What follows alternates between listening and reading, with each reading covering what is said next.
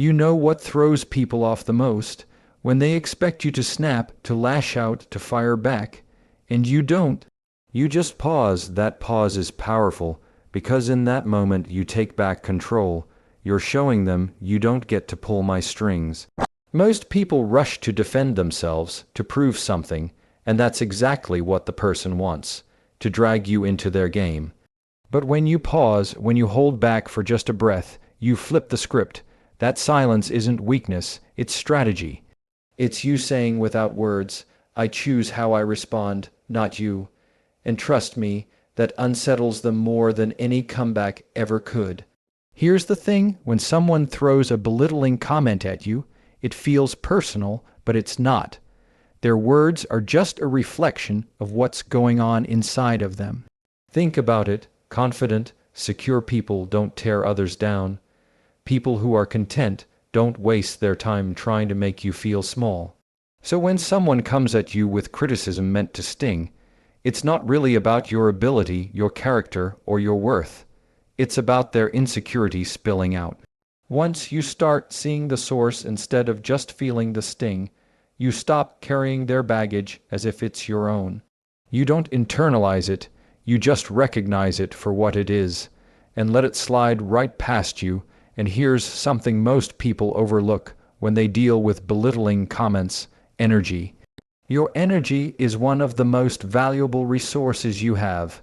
Think about it: your attention, your focus, your peace of mind, your emotional strength. Every day you wake up with a limited amount of it. You decide where it goes. You can spend it on things that build you, or you can waste it on things that drain you. And when someone belittles you, when they drop that sarcastic remark, or try to put you in your place, that's exactly what they're after. They want a reaction. They want you to burn your energy fighting them. They want you tangled up in their negativity, so you leave weaker than you came. But protecting your energy means you refuse to give it away so cheaply. It means you understand that not every comment deserves a comeback, and not every insult deserves an audience. It means you ask yourself, if I spend my energy here, what am I losing somewhere else? Because here's the truth: every moment you waste replaying their words in your head, every ounce of emotion you pour into proving yourself right, is energy you could have invested in your goals, your growth, your peace. Think about it like this. Imagine your energy as money in the bank. Would you hand over your paycheck to someone who mocked you on the street? Would you let them empty your wallet just because they wanted attention? Of course not. Yet, every time we let someone's words control us, every time we react and argue, we're paying them with our energy. And it's always a bad investment. The smartest people, the strongest people, are the ones who know where their energy is best spent. They spend it building their future, not fighting small battles in the present. They spend it creating instead of complaining. They spend it mastering themselves instead of trying to manage everyone else's opinion. Protecting your energy means you're not afraid to walk away from nonsense. You're not afraid to stay silent when others expect you to explode. You're not afraid to look too calm in the face of disrespect, because you know your energy is too precious to waste on someone who doesn't deserve it. And let me tell you this: protecting your energy isn't weakness, it's wisdom. It takes strength to hold your tongue when every part of you wants to clap back. It takes discipline to stay focused on your bigger picture when someone is trying to drag you into their small world. That's real power, because you're showing that your emotions belong to you, not to them. Picture this: you're at work and someone makes a belittling comment in front of others. Maybe it's a coworker, maybe even your boss.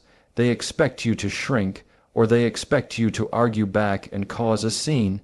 But instead, you pause, you breathe, and you don't give them the reaction they're fishing for.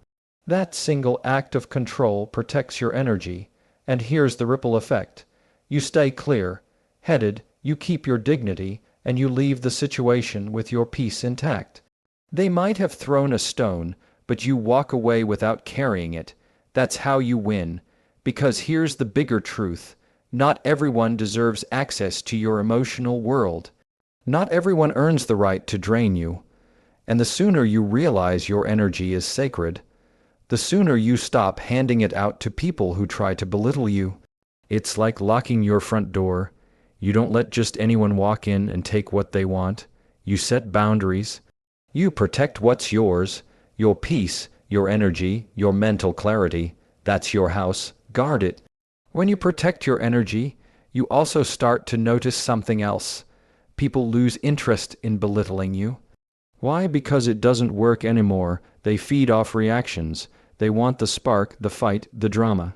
But when they throw shade and you don't even flinch, when you keep moving forward as if their words are too small to matter, it frustrates them. They either step back or eventually they stop trying. Because what fun is a game when the other person refuses to play? Protecting your energy is about seeing the bigger picture. Ask yourself, do I want to waste my night replaying this insult, or do I want to use that time to grow? Do I want to argue with someone who doesn't respect me, or do I want to invest in people who build me up? Do I want to drain myself proving I'm enough, or do I want to spend my energy becoming even stronger? When you start asking those questions, you realize how many battles just aren't worth fighting. And don't confuse protecting your energy with letting people walk all over you. No, it's the opposite. Protecting your energy is standing tall and saying, I choose where my focus goes, and it's not going on you. It's strength disguised as calm. It's a quiet power that says, your words don't control me. My energy is mine, and I'll spend it where it actually matters. So, the next time someone tries to belittle you, remember, you've only got so much energy to give each day. Don't spend it where the return is zero. Don't waste it proving your worth to people who don't even see theirs. Protect it, guard it, because your energy is your future, and it deserves better than being spent on someone's moment of insecurity. When someone belittles you, the easiest thing in the world is to fire back, to raise your voice to match their tone, to let them know you won't be disrespected. That's the natural reaction. It feels good in the moment. It feels like justice. But here's the reality. The second you do that, you've given them what they wanted. You've stepped right into the chaos they created, and chaos is exactly where they have the advantage. Because people who belittle others, they thrive on disorder, they thrive on drama. They know how to fight in the mud because that's where they live. But you don't belong there. Your power comes from staying calm. Calm is not passive, it's commanding. When you stay composed, you're not ignoring the insult, you're overpowering it. You're saying, I won't let your words decide my mood. I won't let your tone decide my tone. That's strength most people can't touch. Anyone can shout. Anyone can slam doors, throw insults back, roll their eyes, storm out of a room. That's easy. What's rare, what's unforgettable is the person who stands in the storm and doesn't let the storm inside of them. That composure is what sets you apart. Think of it like fire. Someone throws a spark at you, hoping you'll erupt, and when you don't, the fire just dies in their hands. That's what calm does. It suffocates their attempt to control you. And here's the twist. The calmer you are, the louder your presence becomes. People notice. They notice you didn't bite, you didn't break, you didn't get dragged down. And that silence, that stillness, it unsettles the person who tried to tear you down more than any comeback ever could. So when you're standing in front of someone who's trying to belittle you, remember this.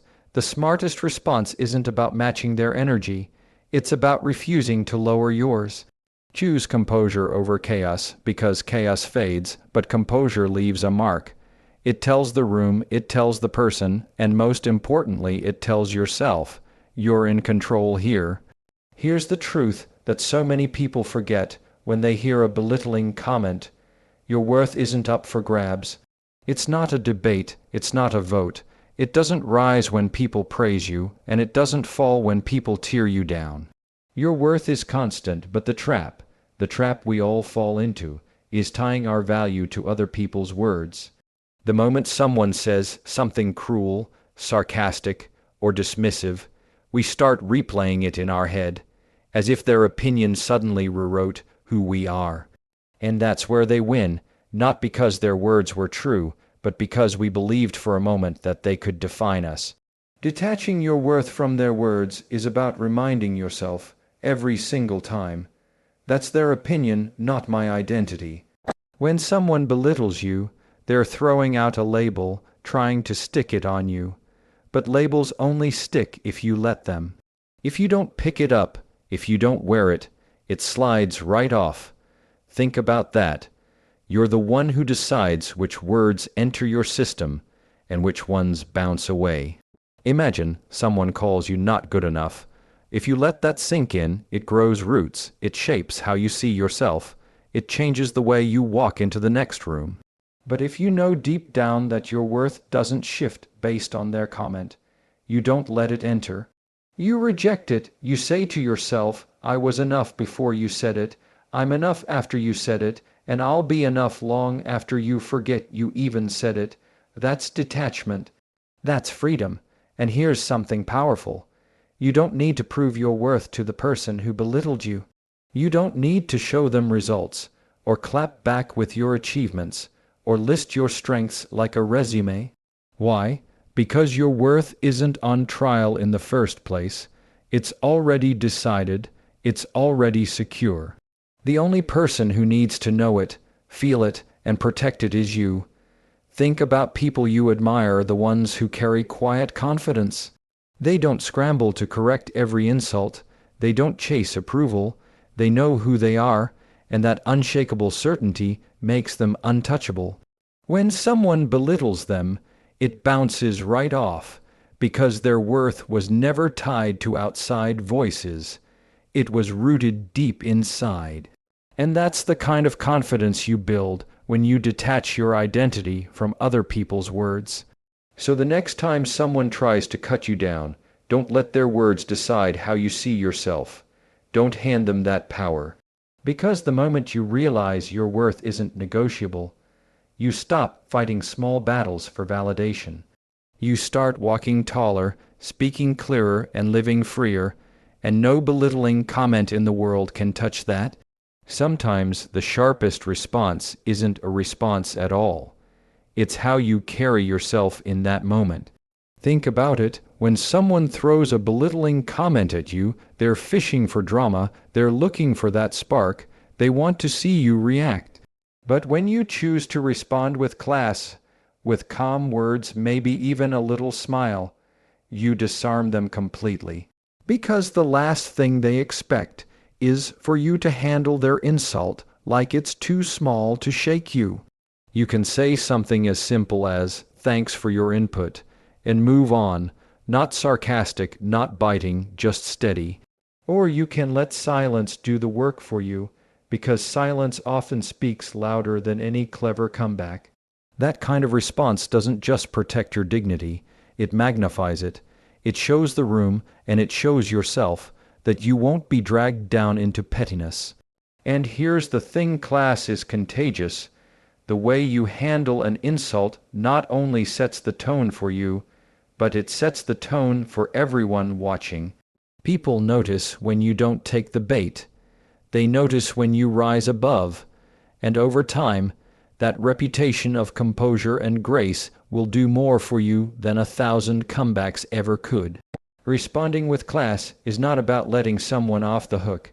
It's about refusing to let them pull you off yours. It's about saying, without having to say much at all, I'm bigger than this moment. I'm bigger than this comment. I'm not here to wrestle in the mud. And when you do that, you flip the script.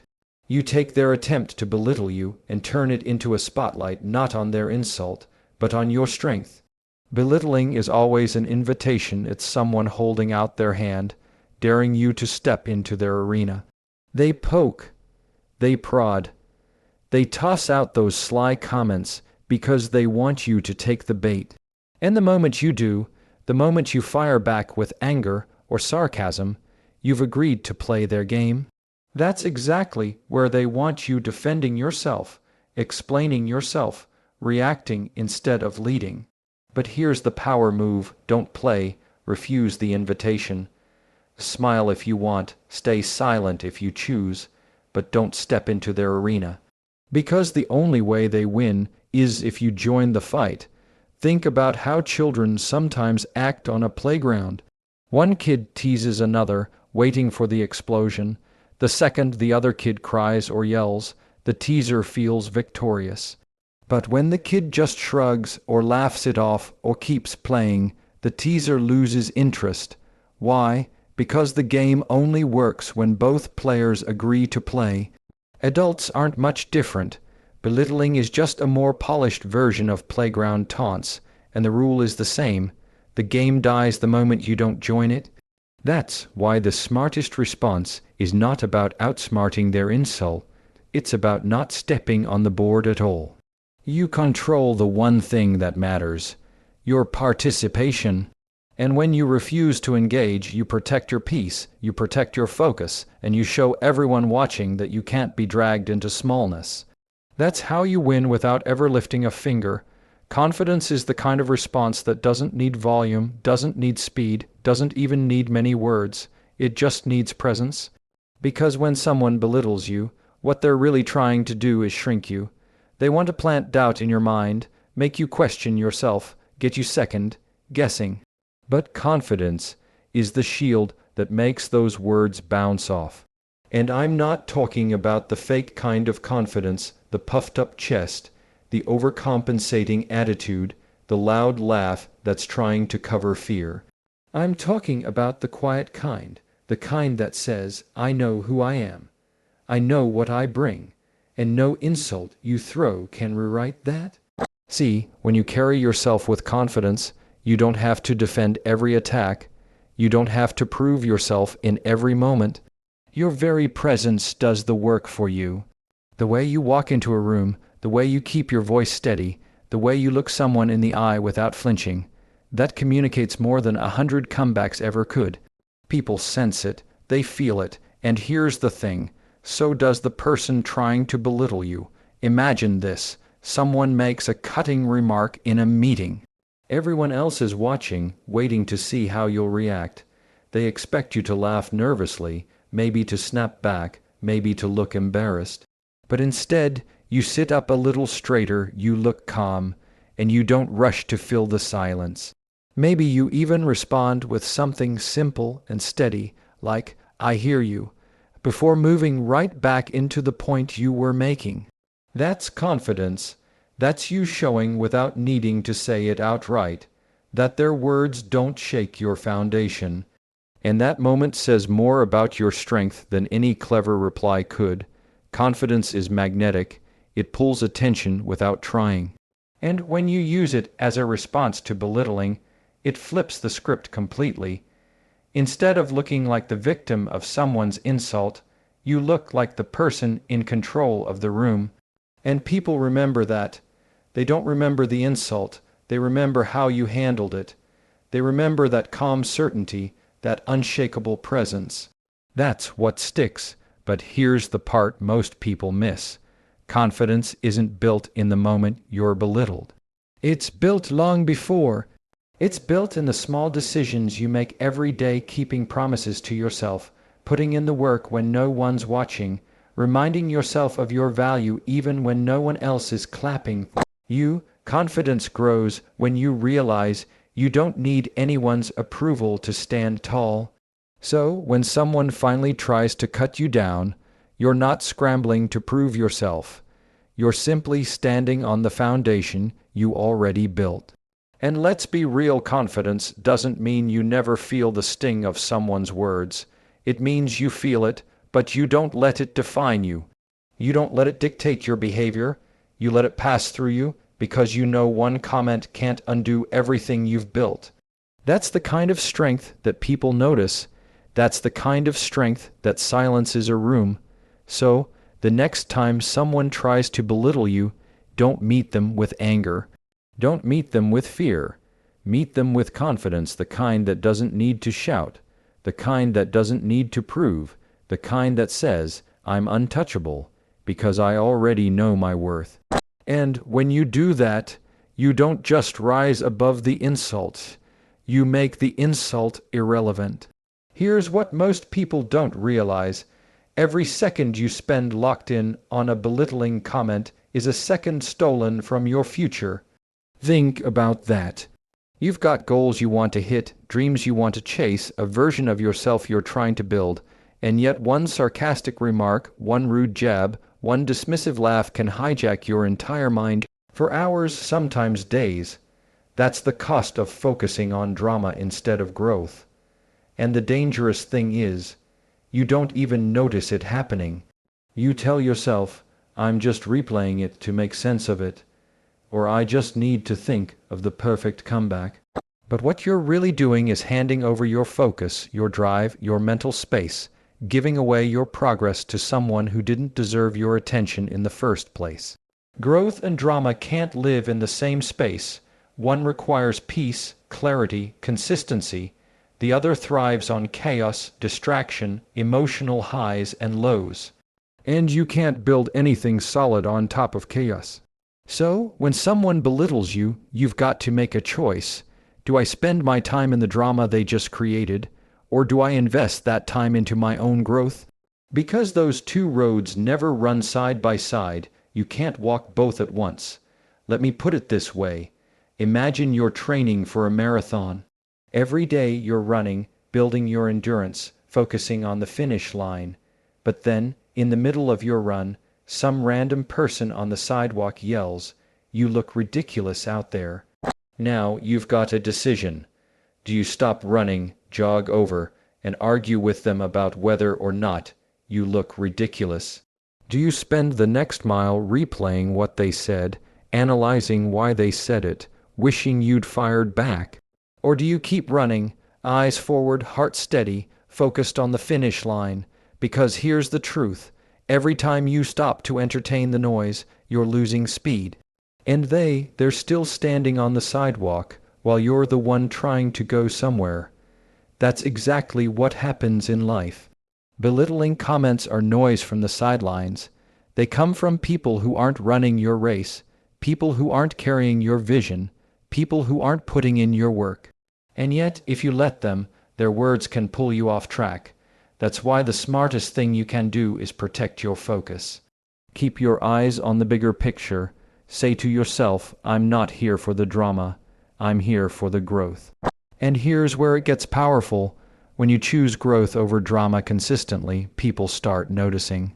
They notice that you don't get caught up in petty arguments. They notice that you don't lose your cool every time someone tries to knock you down. They notice that you stay focused, steady, moving forward.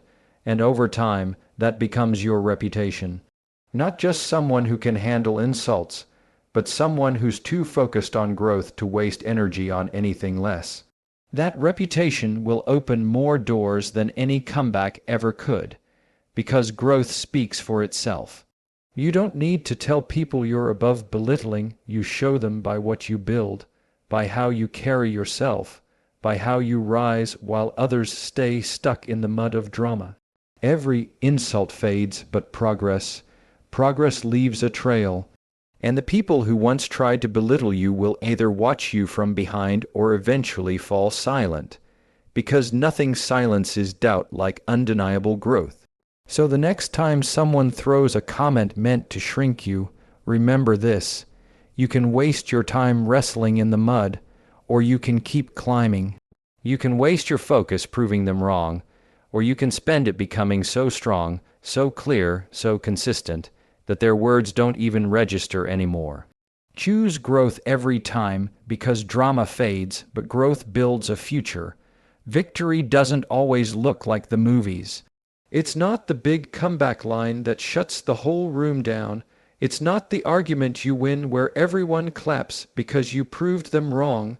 Real victory, the kind that lasts, is when you rise above, when someone throws something meant to cut you down and you refuse to pick it up. When you walk away with your peace intact, with your dignity untouched, and with your energy still in your hands. That's the win most people overlook because it's quiet, but it's the quiet victories that matter the most. See, when someone belittles you, what they want is control. They want to shake you, pull you into their storm, make you feel smaller so they can feel bigger. And when you don't give them that satisfaction, when you show them their words don't change how you see yourself, you've already won. They may never admit it, but inside they know they didn't get what they wanted. And that is power. Rising above doesn't mean pretending it didn't hurt. It doesn't mean you didn't feel the sting. It means you decided not to live in it. You didn't let it define the rest of your day, your mood, or your belief in yourself. You didn't let it reroute your focus. You acknowledged it for what it was: small, insecure noise. And then you kept moving forward. That is victory. And here's the beauty of it. Every time you rise above, you strengthen that muscle inside of you. The first time it feels impossible. You want to react, you want to defend yourself, but you pause, you choose differently, and then you realize you survived it. You stayed calm, you held your ground. The next time it gets a little easier. The time after that, even easier. Before long, rising above becomes who you are. And at that point, no one's belittling comment can touch you, because you've trained yourself to see beyond the moment. Victory is not when they stop belittling you. Victory is when it doesn't matter if they do. Victory is when their words hit the air, but they don't hit your heart. Victory is when you walk away taller than you walked in, because you know your worth was never touched. That's the win that builds character. That's the win that builds peace. And that's the win no one can ever take from you. And here's what it all comes down to: people will always have something to say. Some will lift you, and some will try to cut you down. You don't control their words, but you always control your response. The smartest thing you can ever do is keep your power where it belongs, in your hands. Protect your energy, choose composure over chaos, stand firm in your worth, and carry yourself with a confidence that doesn't need defending. Refuse to play their game, invest your focus in growth, and remember that every time you rise above, you win.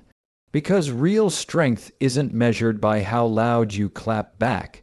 It's measured by how unshakable you remain when the world tries to shrink you. And the moment you realize no comment can take away your value, you've already proven you're untouchable.